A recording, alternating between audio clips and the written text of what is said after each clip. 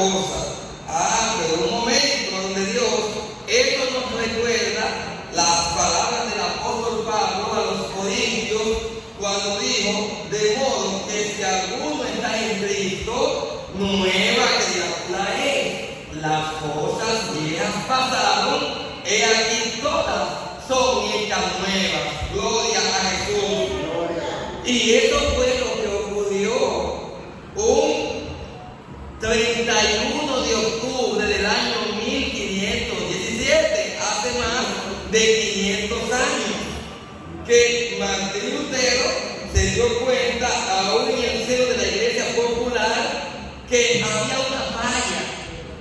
No podemos hablar de que yo estoy con Cristo si todavía tengo el nuevo hombre en mí.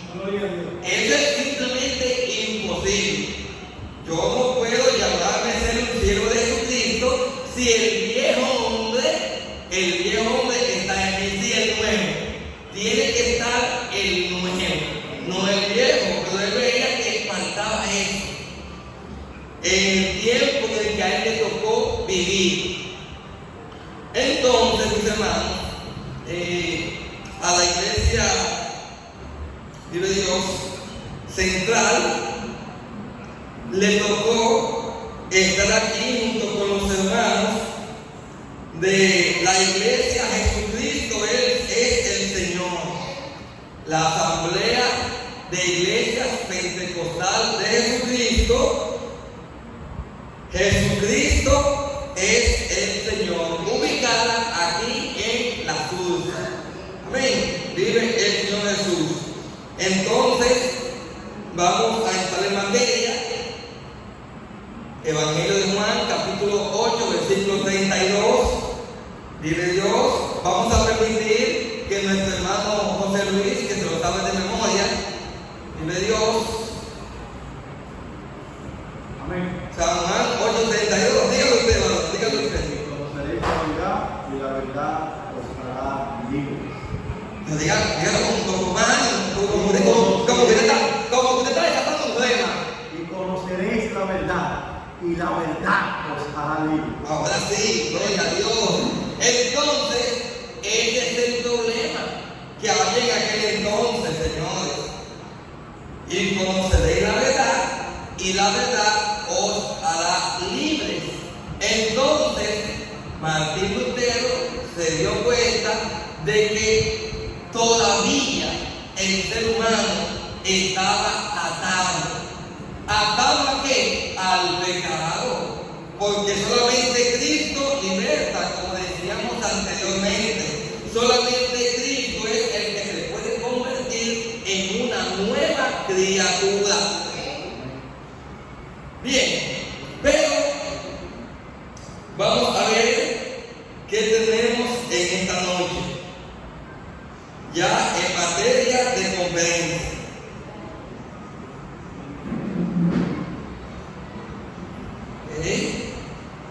Bien, vamos a estar, hay una premisa, los que han estudiado reglas parlamentarias, que dice que para que se pueda levantar una asamblea o realizar la reunión en la asamblea, debe haber el 50 más 1 de los miembros.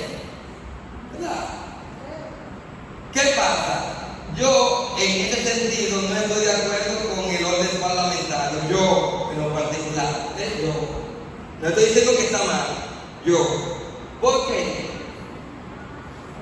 Yo soy docente, la mayoría lo saben aquí, docente, maestro, profesor del Politécnico Militar San Miguel Arcángel, mejor conocido como el Polvorín, aquí en Villamella. ¿Qué pasa? Cada curso tiene alrededor de 30 a 35 estudiantes. Muchas veces, por alguna eventualidad, faltan muchos estudiantes.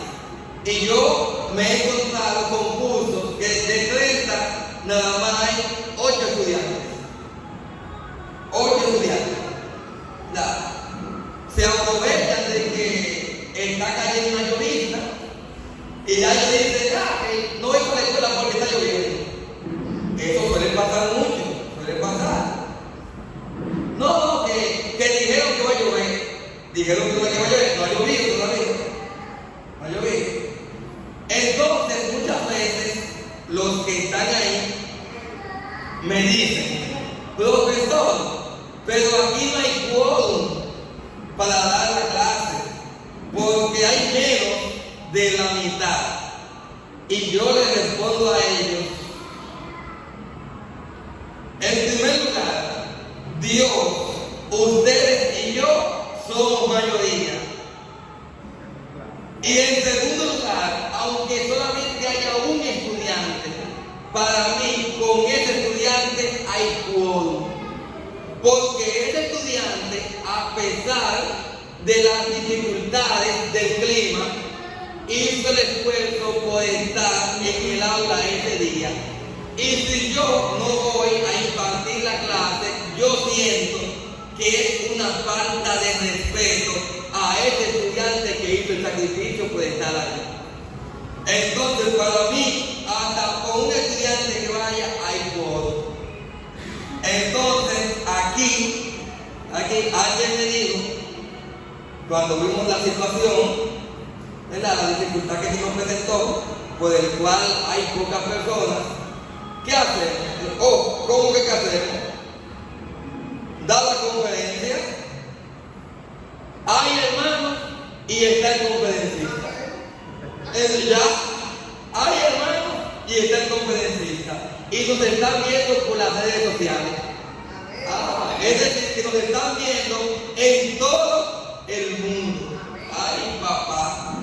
Según el último censo mundial, en el mundo hay un promedio de 7.000 millones de habitantes. Es decir, que ya hace unos cuantos añitos que se realizó ese censo mundial. No sé si algunos 7, 8, 10 años. Yo creo que sí sé que actualmente tiene que haber más millones en el mundo, más. Sin embargo, con todas esas personas que nos están escuchando y con los que están aquí, se va a dejar de trabajar en la obra de Dios. Eso es lo que quiere el enemigo. Lo mencionó ahorita la presidenta nacional del Instituto Bíblico Internacional de Niños, nuestra hermana Betania López, lo mencionó. Cuando se hacen actividades como estas, el enemigo siempre se va a oponer. Amén, vive Dios. Pero recuerden que por cuanto Cristo venció, la iglesia también vencerá. Entonces, el tema que estamos en esta noche es la reforma protestante, personajes, causas y consecuencias. Personajes, causas y consecuencias. Bien. Gloria a Dios. En la Biblia, porque ya explicamos lo que significa reforma desde el punto de vista del término, ¿verdad? Y cuando se habla de reforma, como bien explicábamos, se hace referencia a que hay que renovar algo. Se habla en el país, en cuanto a leyes se refiere, de reforma tributaria. Se habla de reforma a la Constitución. Se habla de reforma al Código Penal. Y cada reglamento, cada cierto tiempo, se tiene que revisar para ver si se tiene que realizar una reforma o una modificación, como también se le llama. Entonces, mis hermanos, ¿qué pasa? Que en la iglesia también han ocurrido reformas. Y en la Biblia también tenemos reformas. ¿No se acuerdan de la reforma de Josías y la reforma de Asa? ¿Sí? ¿Cómo que no? En la Biblia tenemos varios ejemplos de reformas, tanto en el sentido social de la nación como espiritual, en cuanto a la relación que debe existir entre el hombre y su creador. Es decir, que en la Biblia nos encontramos con dos tipos de reformas. Reformas que tienen que ver con lo social, con lo nacional, como también reformas que tienen que ver con la vida espiritual. Vuelvo y menciono lo del apóstol Pablo, de modo que si alguno está en Cristo, nueva criatura es. Las cosas viejas pasaron, he aquí todas son hechas nuevas. Esto es una revolución, hermano. Esto es una reforma. Usted antes de recibir a Cristo era una cosa, tenía un estilo de vida diferente al que usted tiene ahora. Entonces ahí hubo una reforma. Bien, tenemos citas bíblicas que quizás por el tiempo no vamos a poderlas desglosar, pero siempre a un estudio bíblico se traen el lápiz, se traen libretas para hacer apuntes, ¿verdad? Bien, de todos modos, yo voy a enviar este estudio bíblico, esta conferencia, la voy a enviar por los grupos del concilio. Y también se lo voy a enviar, en el caso de la iglesia en la que nos congregamos, en la iglesia central. Pero para los hermanos de esta iglesia, yo se lo voy a enviar a la hermana Yubei, ¿verdad? A la hermana Yubei, para que ella entonces se la haga llegar a los hermanos de esta congregación. ¿Les parece bien, mis hermanos? Amén. Yo les digo que los conocimientos no es para uno comer solo, como le decían una vez a un grupo político, ¿verdad? Los conocimientos no es para uno comer solo. Los conocimientos es para uno dar por gracia lo que por gracia hemos recibido, ¿verdad? Esto no es un negocio. Aunque alguien me dijo a mí que los estudios bíblicos que Dios ponga en mis manos, que no se los facilite a los hermanos. Porque eso es parte de mi herramienta. ¿Entendieron que pensar, verdad? Que esa es parte de mi herramienta. Como la herramienta que tiene el que es mecánico, la herramienta que tiene el que brega con electricidad, que son herramientas de trabajo. Entonces le dicen que esta es mi herramienta.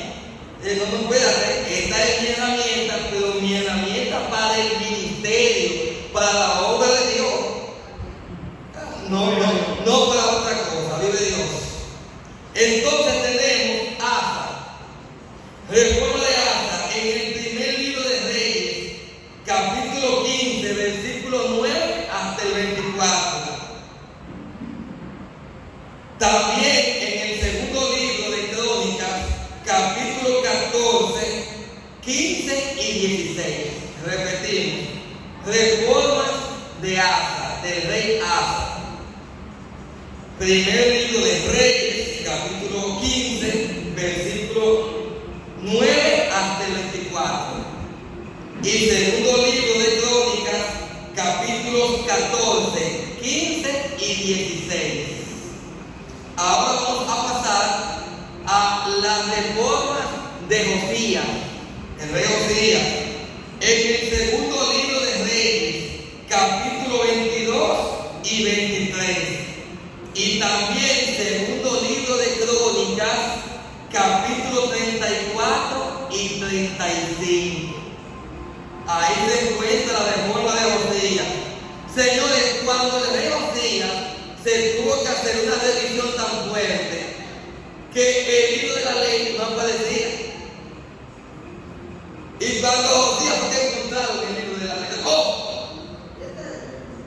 y este descubrimiento, como que llegó Colón.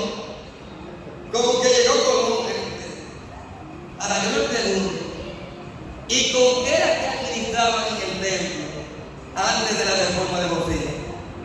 Si el libro de la ley no sabía dónde estaba. Pero bueno, vamos a continuar. Tenemos como primer personaje de la reforma Dios bendiga al pastor Ventura. Es importante que sepan los hermanos que nos están viendo por las redes sociales que el pastor de esta congregación, el hermano Ventura, está aquí respaldando junto con un remanente valiente de este lugar. Aleluya. ¿Cuántos dicen amén? Eso es. Yo les siga bendiciendo, hermano Ventura, y a cada uno de los hermanos. Hey, a la central también, que Dios bendiga a los hermanos de la central, que estamos aquí respaldando. Tenemos como primer personaje a John Wycliffe. John Wycliffe, mejor conocido como la estrella matutina de la Reforma. La estrella matutina de la Reforma. Este personaje era inglés, nació en Inglaterra, nace en el 1320 y muere en el 1384. Disculpen que no es recomendable cuando usted va a la biografía de alguien, usted hacer lo que nazca y luego matarlo, no es recomendable. Pero después, si no, lo volvemos a mencionar. El asunto es que John Wycliffe fue un sacerdote que en el año 378 se levantó en contra de la doctrina de la transubstanciación.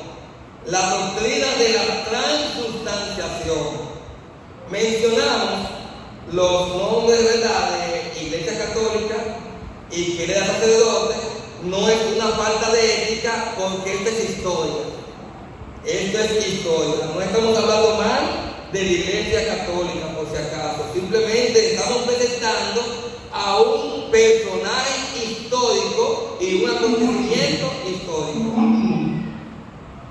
La Iglesia Católica tiene una doctrina que se llama la doctrina de la transubstanciación. La tengo aquí, por favor. Okay. A veces los aparatos de sonido hacen esos sonidos. Pero atención aquí. La teoría de la transubstanciación es la creencia de que ese pan que ellos dan en la Eucaristía, lo que llamamos misa, en la hostia, se transforma literalmente en el cuerpo y la sangre de Cristo.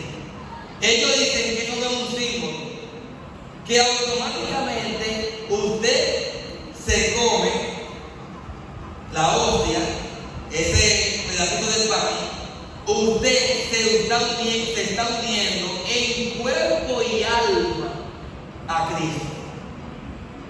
Entonces, John Wycliffe se levantó en el 1378 en contra de esa doctrina. Él comenzó a decir, no, esto es una herejía, esto está mal.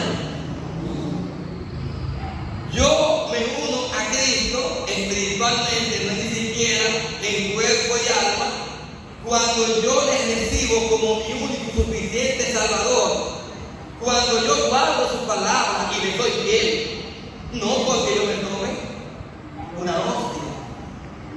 Entonces él se levantó en contra de esa doctrina. También tenemos aquí que tradujo la Biblia del latín al inglés en el mismo año, en el 1378, siendo esta, escuchen esto, la primera traducción de la Biblia al inglés.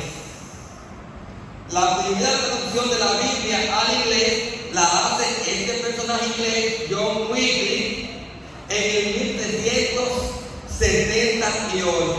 Es decir, que independientemente del tema de la reforma, ya él pasó a la historia con ese acontecimiento.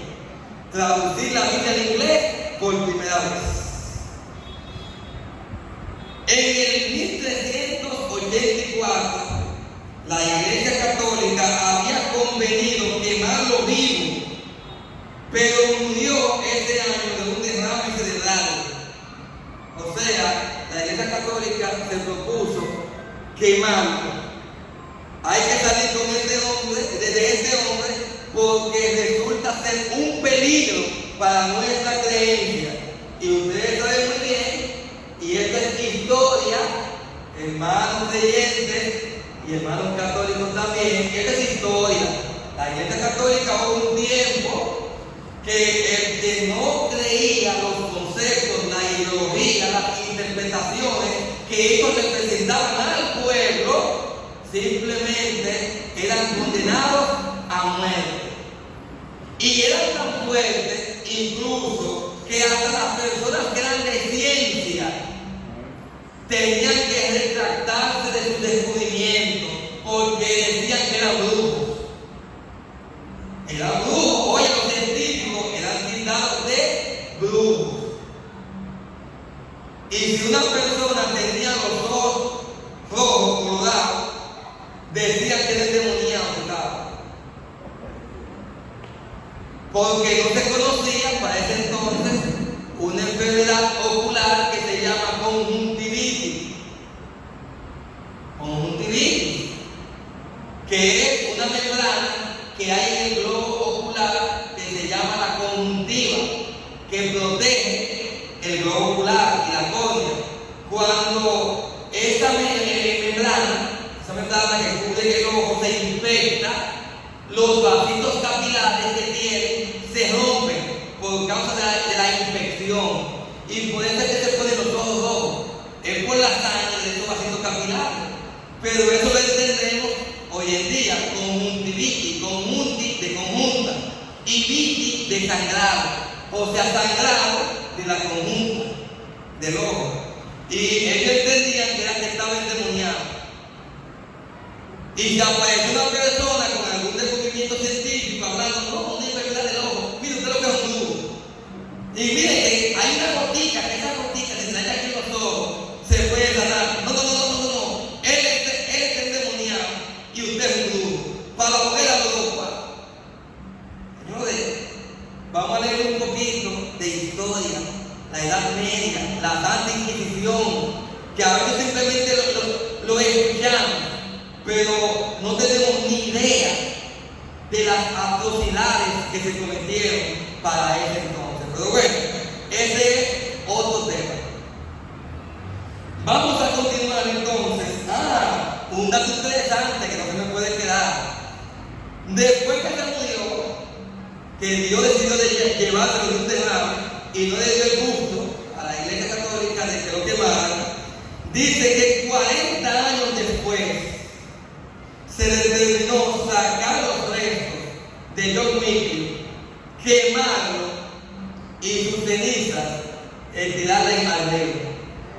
O sea, la idea era desaparecer con todo lo que tenía que ver con la ideología de ese señor. Pero no pudieron porque estamos hablando de él en este momento. Tenemos a Juan Hus. Juan Hus, nacido en la República Checa, 1370. Tenemos que Juan Hus fue un sacerdote que abrazó la reforma protestante 100 años antes de que ocurriera. Estamos hablando de antecesores de la reforma. Primero hablamos de Wycliffe, ahora estamos hablando de Hus. John Hus, 100 años antes de la reforma. Y dice que se destacó por criticar la corrupción de la Iglesia Católica, denunciar los abusos que cometía la Iglesia, cuestionar las riquezas que acumulaba, reclamaba que todo debía estar basado en los evangelios. Fue condenado por hereje, fue condenado por traición a la corona, fue condenado por traición a la Iglesia Católica, 3 tipos de traición, y finalmente fue quemado vivo en la hoguera el 6 de julio del 1415 por no negar la fe. Este no se libró. A este, sí, como decimos un buen dominicano, se lo lambieron. Bueno, un dato curioso sobre la muerte de Hus. Esto no es un dato histórico, esto no es un dato histórico, se toma en cuenta como una leyenda, algo que históricamente no está registrado, pero que tradicionalmente se ha repetido y que pueda que sea cierto o no, que cuando él estaba consumiéndose en el fuego, dijo, cuando se estaba consumiendo en el fuego, dijo: ustedes están matando a un ganso, pero dentro de 100 años vendrá un cisne que terminará el trabajo que yo comencé. Y 100 años después nació Martín Lutero. 100 años después de Hus nació Martín Lutero. O sea, él es el ganso y Martín Lutero el cisne. El ganso y el cisne pertenecen a la misma familia de animales. Ahí está el pato también. Sin embargo, el cisne está relacionado con la realeza. La realeza. Bien. Seguimos con otro personaje, porque no vamos con Martín Lutero todavía, el cual se hace llamar Jerónimo Savonarola. Jerónimo Savonarola, nacido en el 1452, fue un monje de Florencia, ciudad de Italia. Predicaba como uno de los profetas contra los males sociales, eclesiásticos y políticos de su tiempo. Llenaba la gran catedral con multitudes ansiosas de escuchar y obedecer sus enseñanzas. Efectuó una poderosa reforma. Sin embargo, el Papa Alejandro VI lo excomulgó. Lo apresaron, lo condenaron, lo colgaron y quemaron. Su cuerpo fue presentado en la gran plaza de Florencia. Fue exhibido en la plaza de Florencia. Este tampoco se le pudo evitar. Su martirio fue en el 1498. Solo 19 años antes que Lutero clavara sus tesis, sus 95 tesis, en la puerta de la catedral de Wittenberg. Es decir, esto ocurrió, la muerte, entre la muerte de Savonarola y que Martín Lutero clavara sus 95 tesis, pasaron 19 años. 19 años.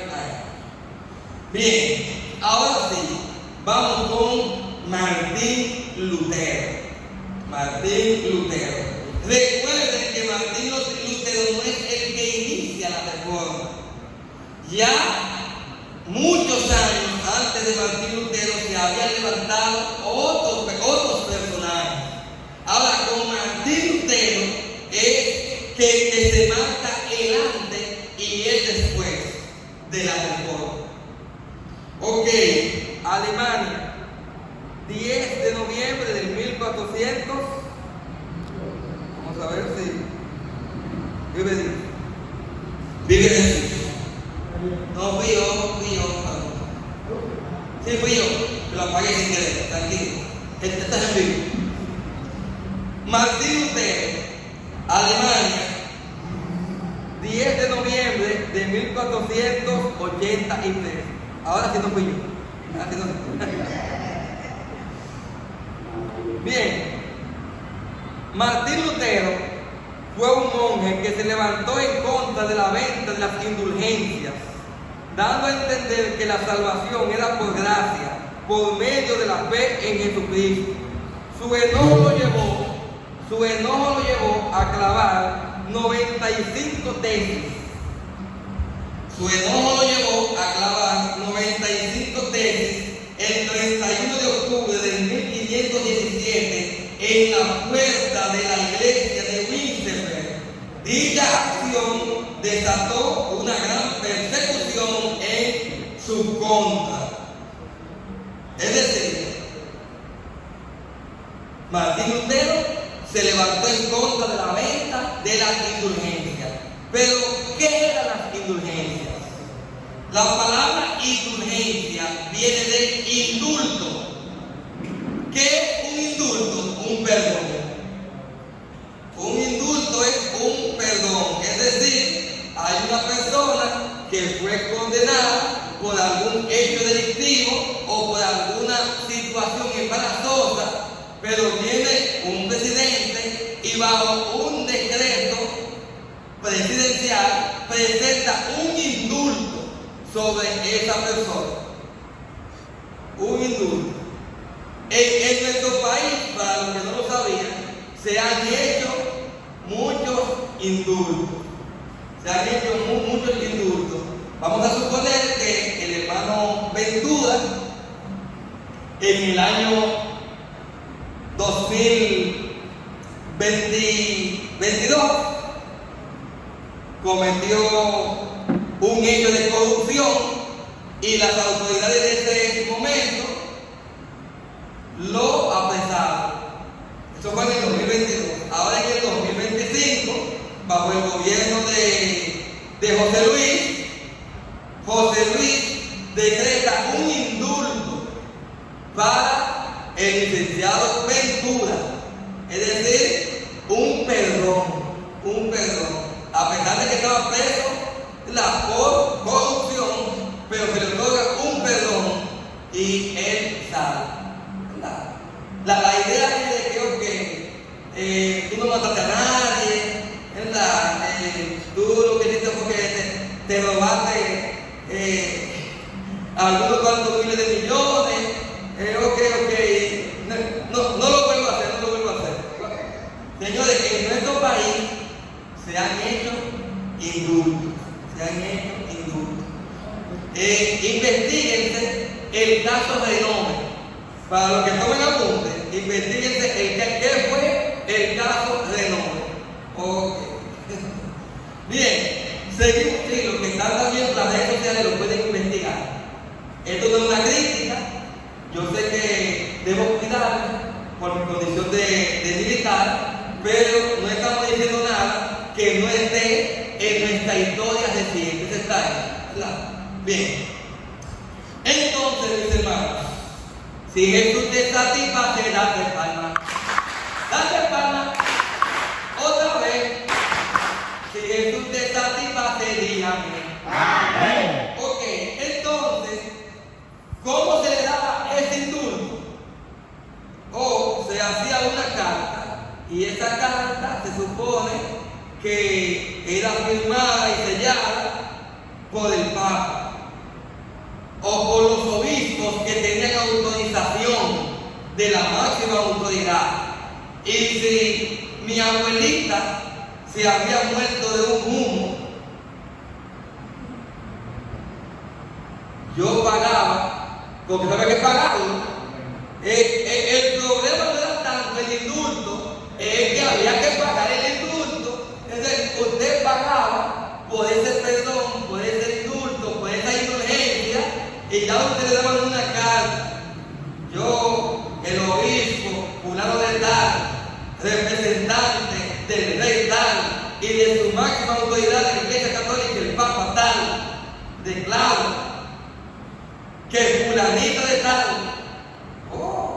recibe su perdón por mediación de su nieto, fulanito. Pero bueno, así sí es bueno. Entonces, eso era a lo que se le llamaba un indulto. ¿Quiénes hacían los indultos? Los que estaban vivos. ¿Por qué? Por los que habían muerto. Pero ese indulto había que pagarlo. Bueno, con esos indultos fue que se le hizo la Catedral de San Pedro, que hoy conocemos allá en el Vaticano.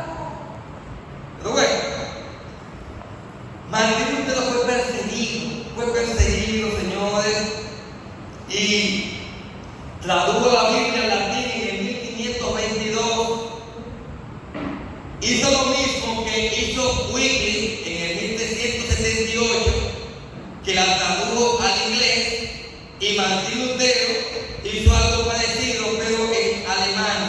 en el 1522. Tradujo la Biblia al alemán por primera vez. O sea que independientemente de la reforma, pasó a la historia por este acontecimiento. Bien.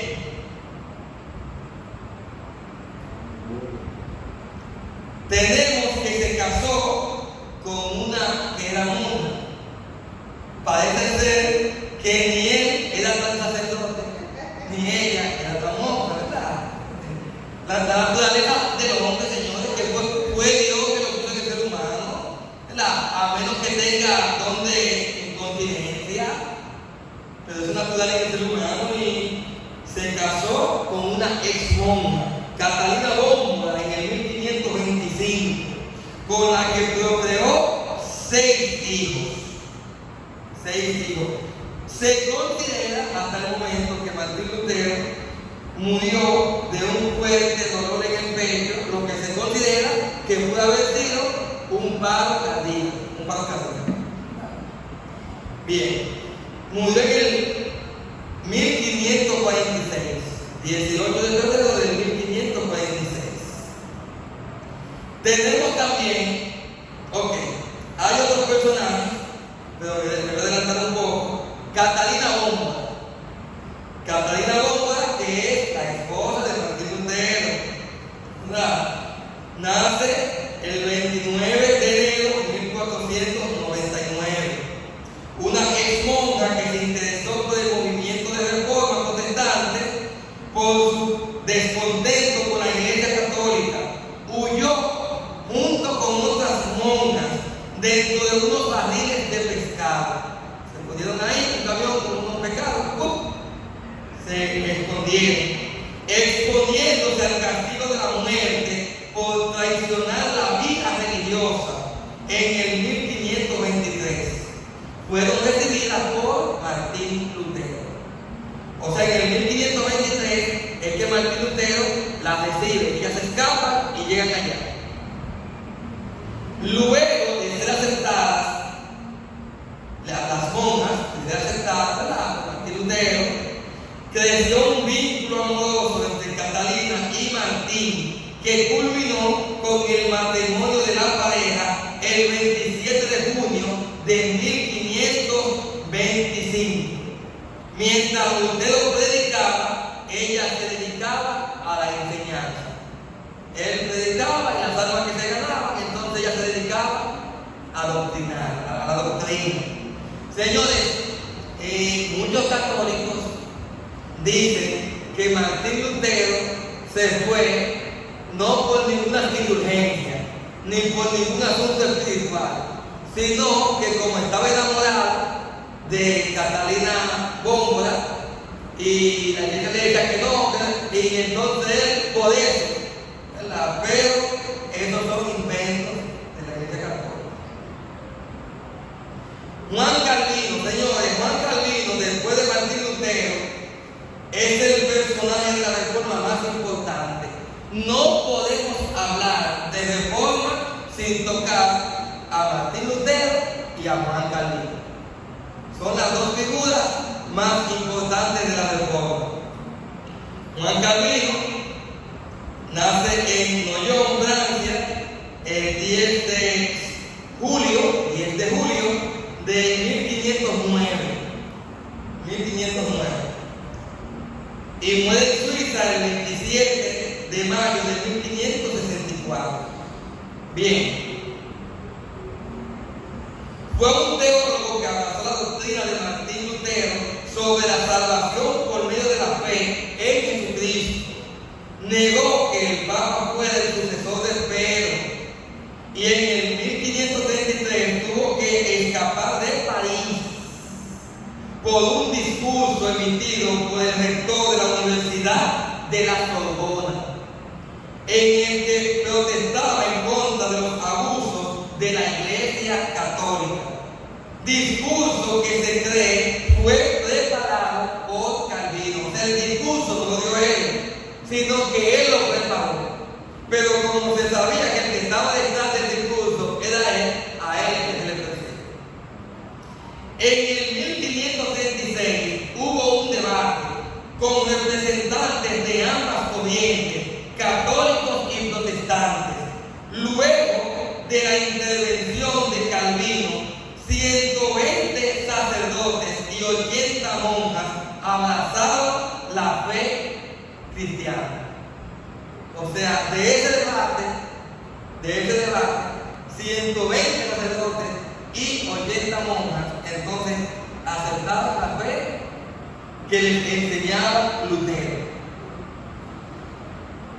Desde 1558 hasta su muerte, Calvino padeció de asma bronquial. Murió en el 1564. Bien, tenemos a John Bunyan. John Bunyan, pastor y predicador inglés, que fue encarcelado varias veces por predicar la palabra. En el 1660 estuvo preso por 3 años, pero al negarse a dejar de predicar, su encarcelamiento se prolongó por 12 años por predicar la palabra. Señores, cuando nosotros meditamos la vida de estas personas, eso debe provocar en nosotros un mayor peso para seguir predicando el Evangelio de Jesucristo. Miren lo que les costó a estas personas, que tenían que vivir corriendo, escondiéndose. Si lo lograban atrapar, los mataban y como mínimo los encarcelaban. Y usted y yo tenemos libertad de expresión religiosa. Gloria a Dios. Vamos a darle un aplauso al Cristo de la gloria.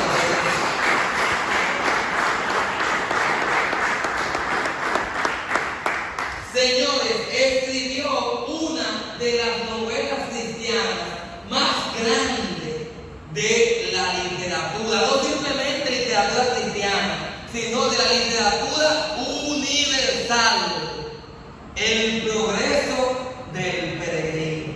Señores, tomen ese apunte y lean.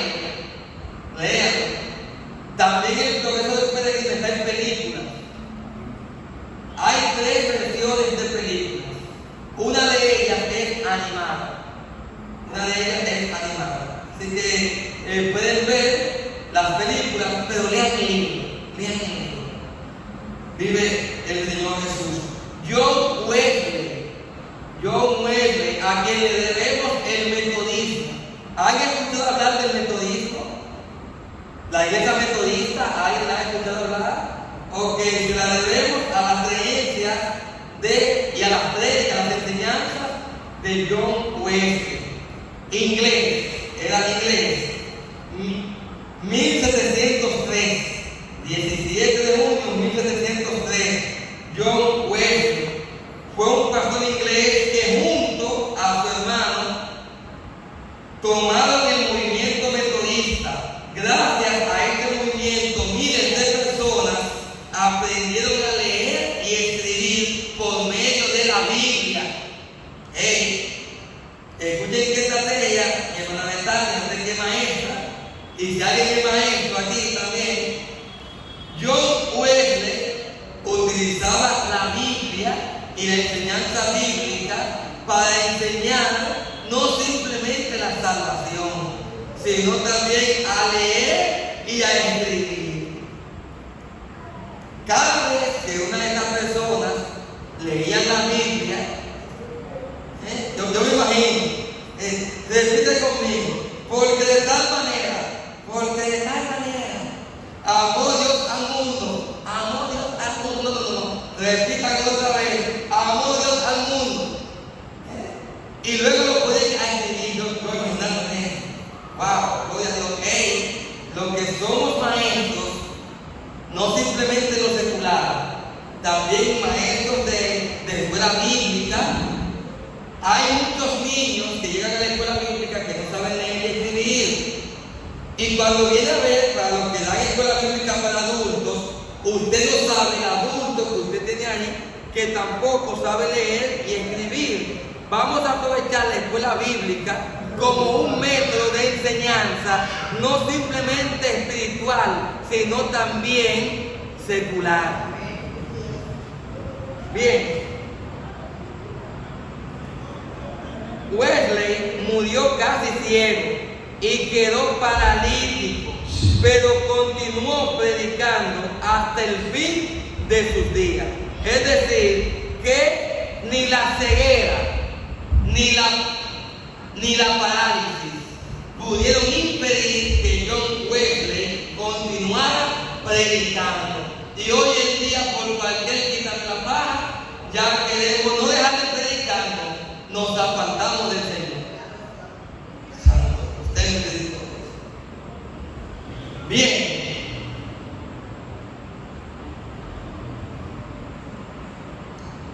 Ya hemos hablado de estos personajes.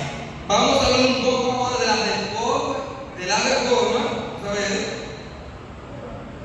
Católica, la reforma católica. Porque los católicos, ante la reforma, no se quedaron de brazos cruzados.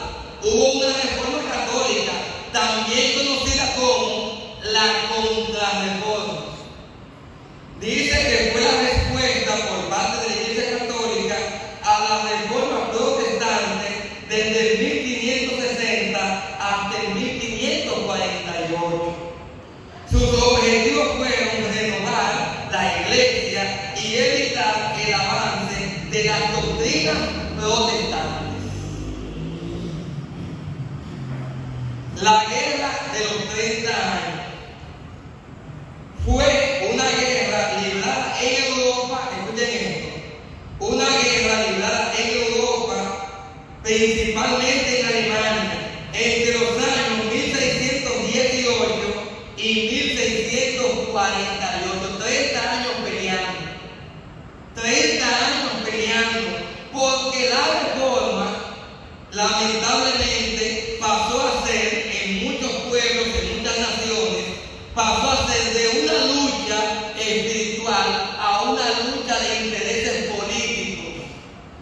Y muchas naciones, ¿qué hacen los gobernantes?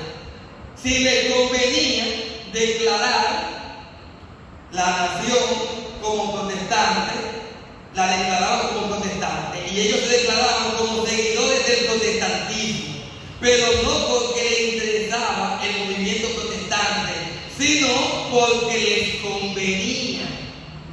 La mayoría del pueblo eran protestantes, pues yo me voy a mantener siendo protestante para que ellos hagan lo que yo diga. Y muchos, por el contrario, se proclamaban católicos, no porque eran católicos, sino porque les convenía. ¿Se acuerdan de los reyes católicos de España? Fernando de Aragón e Isabel de Castilla, los reyes católicos. Era un asunto político, un asunto por conveniencia, realmente. No descartamos que hubiesen algunos que lo fueran de corazón, pero por lo regular, lo que era una lucha espiritual se convirtió en una lucha de intereses.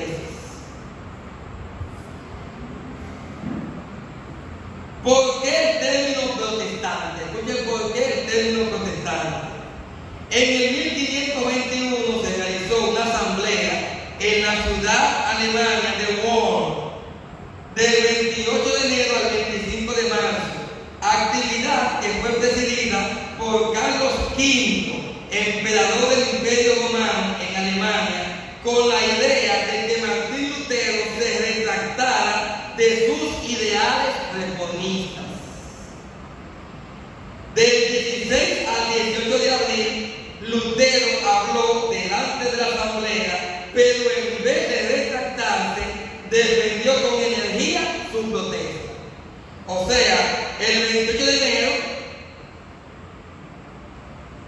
dice aquí de 1521, en la ciudad de Worms, se hizo una asamblea para que Martín Lutero se retractara. Y Martín Lutero dijo: no, señor, yo mantengo mi posición y sigo creyendo que eso está mal.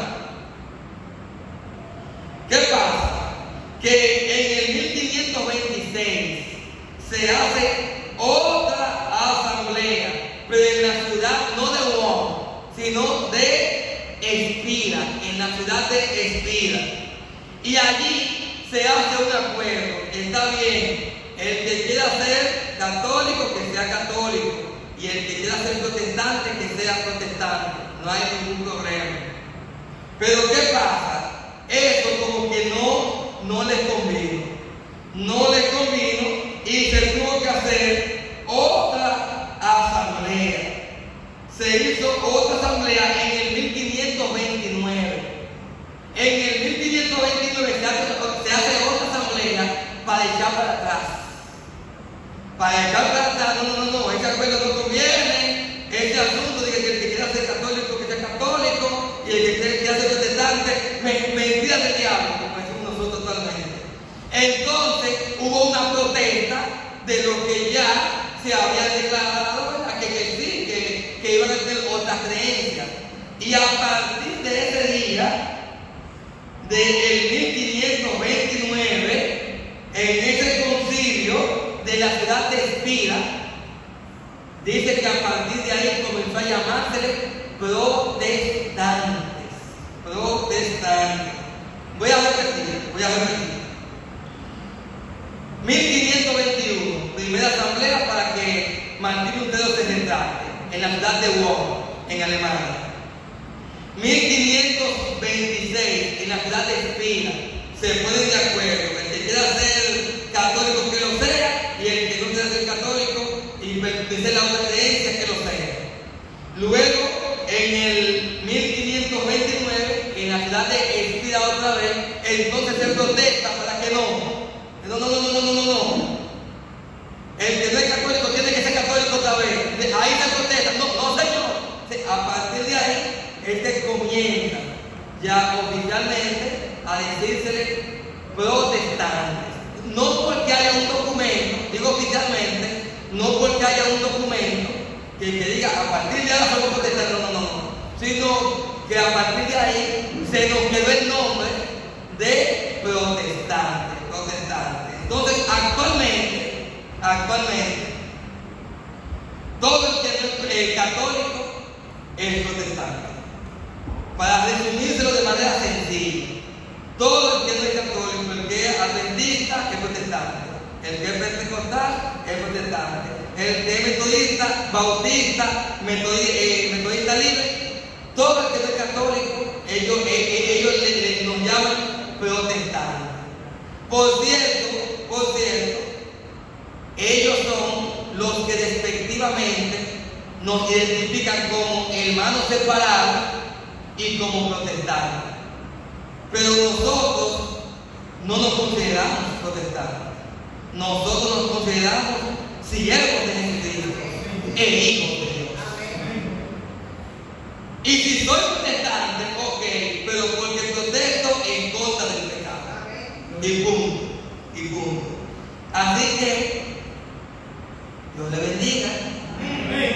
Vamos a dejarlo hasta aquí, no porque no haya más material, sino porque entendemos que por prudencia, ya por el tiempo que tenemos aquí, y porque ya el mensaje principal, yo entiendo que está ahí, en la mente y en el corazón de cada uno de ustedes. Además, recuerden que este material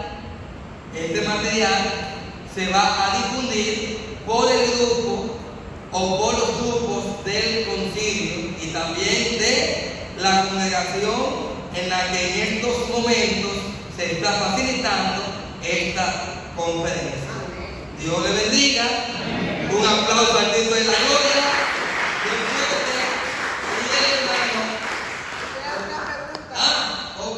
¿Alguna pregunta?